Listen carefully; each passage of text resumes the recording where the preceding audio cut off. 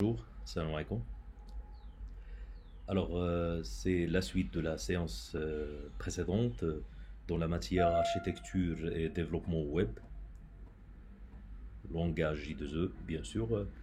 Donc, qu'est-ce qu'on a établi la dernière fois? On a parlé des piliers d'un système, surtout qu'on a discuté et détaillé les exigences, que ce soit fonctionnelles ou bien techniques ou autres.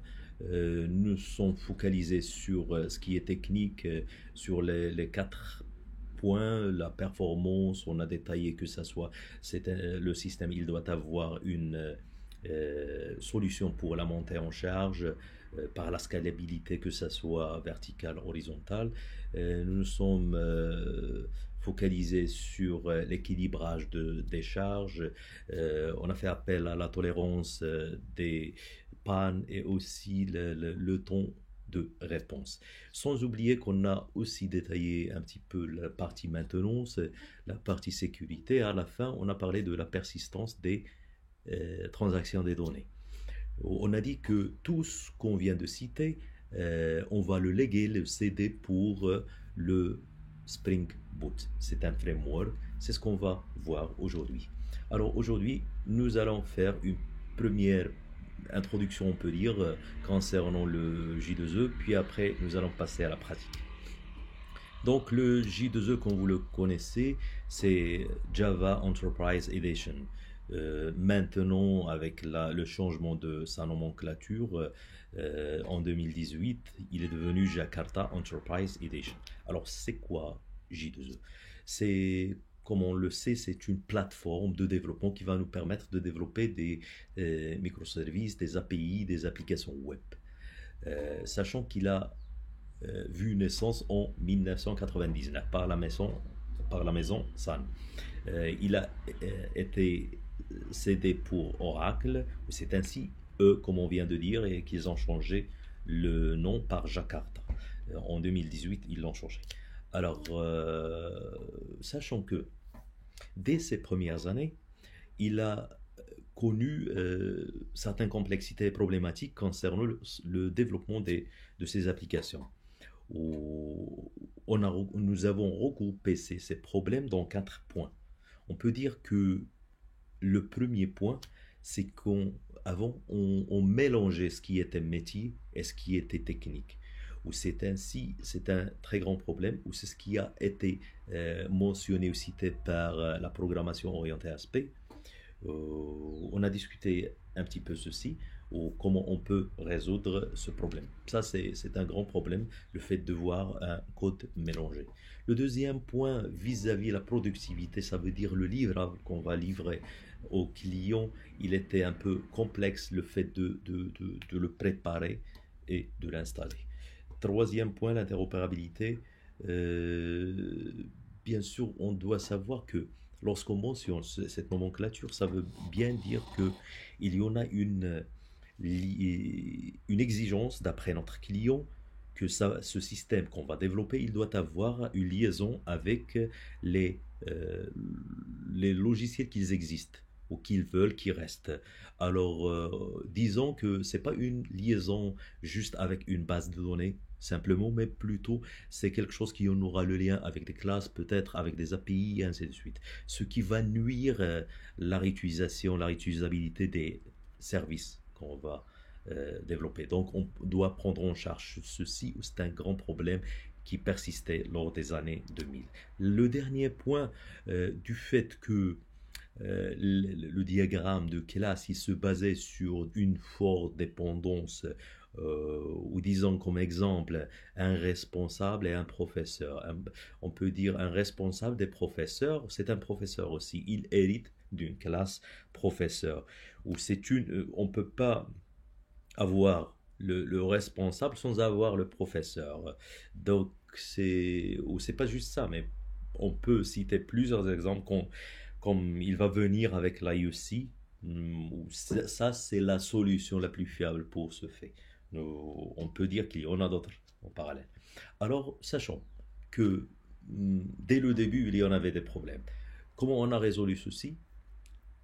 Alors, c'est pour ça qu'il est venu le Spring. Le Spring, il est venu en 2004 Pourquoi faire? Il a été développé par Rode et Holler.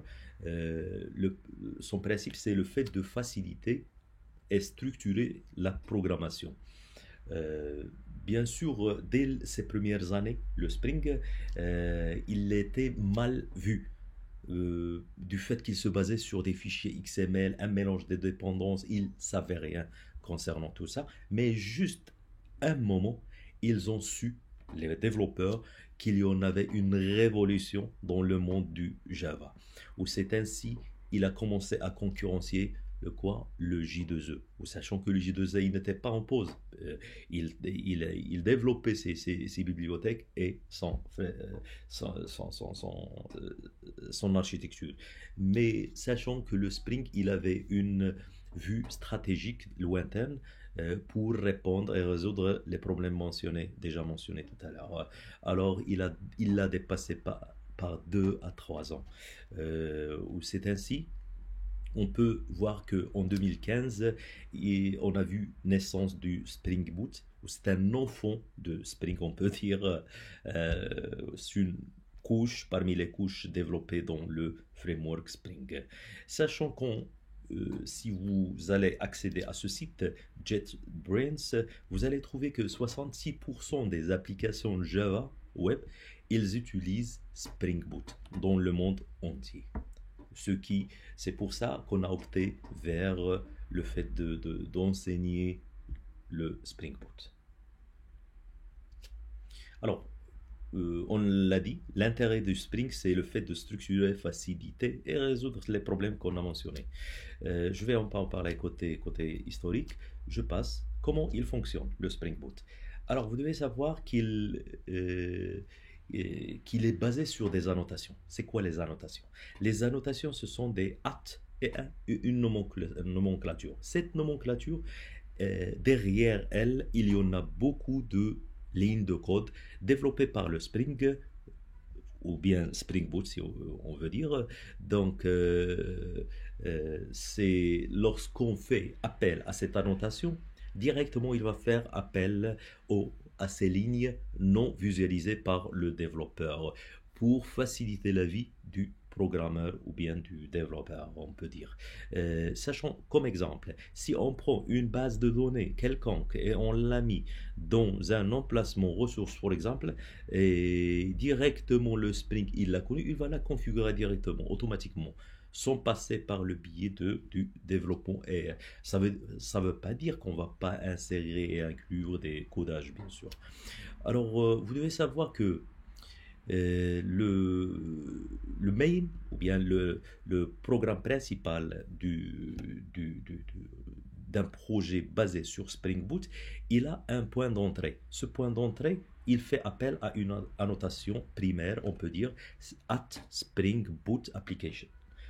C'est ainsi, on peut dire que là, vous visualisez un petit bout de code de quoi? De main, du fichier main first app application qui fait appel aux dépendances dans un premier temps, ici import, afin d'utiliser le Spring Boot, ou ici c'est le lancement du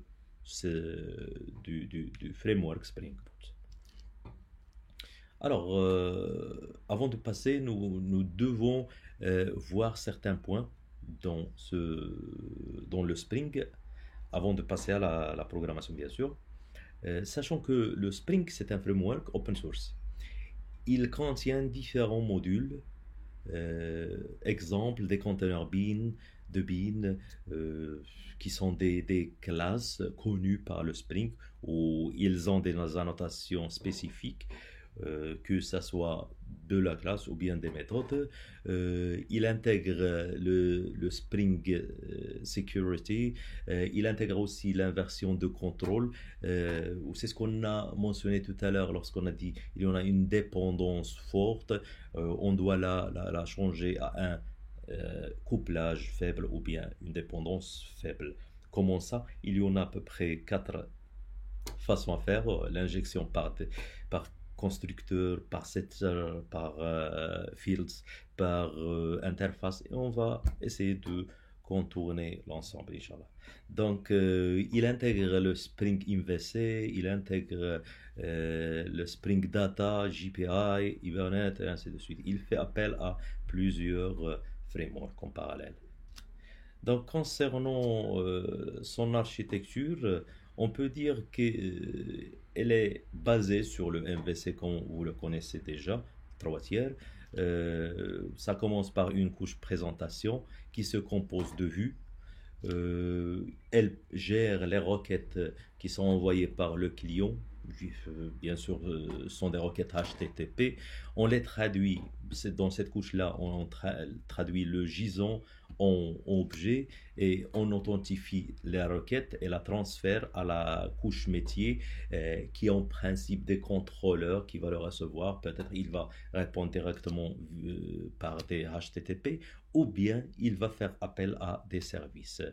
Elle se compose des services, comme on l'a mentionné ici, utilise les services fournis par des couches d'accès de données. Il va faire appel à autres couches de persistance layer, où c'est ainsi on aura la possibilité de créer les repositories afin d'établir les CRUD, ou bien sûr à la fin on doit les exécuter dans la couche de base données qui va effectuer les opérations connues.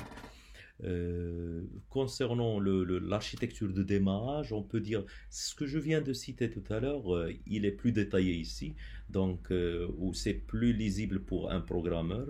Donc notre objectif les prochaines séances, c'est comment peut-on créer ce principe, les contrôleurs, les services, les repositories qui vont être responsables des CRUD, des services de CRUD, et aussi les modèles qui sont des entities, et ainsi de suite.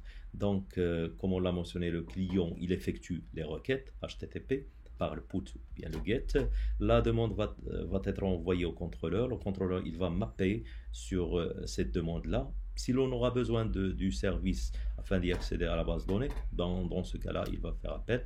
Ou il va mapper sur les données via des classes de JPI, bien sûr en faisant appel au Spring Data. Et à la fin, on peut visualiser tout ça sous forme de JSP. On a dit que le JSP, il est basé sur le HTML avec un maquillage de CSS, si vous voulez dire, avec le JavaScript, avec des blocs des balises de Java en faisant appel au Java, ou les classes en Java lors du J2E, on peut dire antécédent, ce sont des servlets, ou c'est ça, grosso modo, l'architecture qu'on voulait expliquer. Passons maintenant, pourquoi on a choisi le Spring Boot. Alors pour programmer dans un temps minimal bien sûr et un effort minimal. Nous allons faire appel à autre chose. Comment ça va être nos séances? Sachant que premièrement nous allons nous baser sur des séances de base pour apprendre à naviguer au sein du Java, du Spring plutôt, pardon, donc du Spring Boot. Nous allons apprendre beaucoup de choses, comment, à quoi ça va servir les beans, c'est quoi les beans, c'est quoi les annotations, plein d'annotations existantes. On doit voir les services, les controllers, les entities, les repositories, quoi d'autre. On doit faire appel au JPA et comment ceci, qu'est-ce que tout ça. Donc, je ne vais pas en citer l'ensemble. On va essayer de se focaliser dans les premières séances sur ça. Puis après, nous allons lancer et commencer un atelier pratique qui va se concentrer sur un projet réel. Et bien sûr, ici, j'ai mentionné ce qu'on va établir dans le projet et non dans les bases. Alors, nous allons essayer de créer les entities. On va configurer le fichier application properties, puis nous allons tester le CRUD sans même de créer je veux dire les repositories de la base de données, et on va voir les couches JSP, les contrôleurs, faire appel côté serveur au Bootstrap et TeamLeaf, et pour une persistance via le JPI, on va faire appel au Spring Data, où on va créer les services REST Spring MVC, à la fin, on va intégrer le Spring Security. Nous allons commencer par la pratique. C'est le plus demandé, le plus attractif. Où tout ce que vous voyez ici, ce sont les outils qu'on va essayer de toucher. Bien sûr, en parallèle, on va en détailler. On passe à la pratique.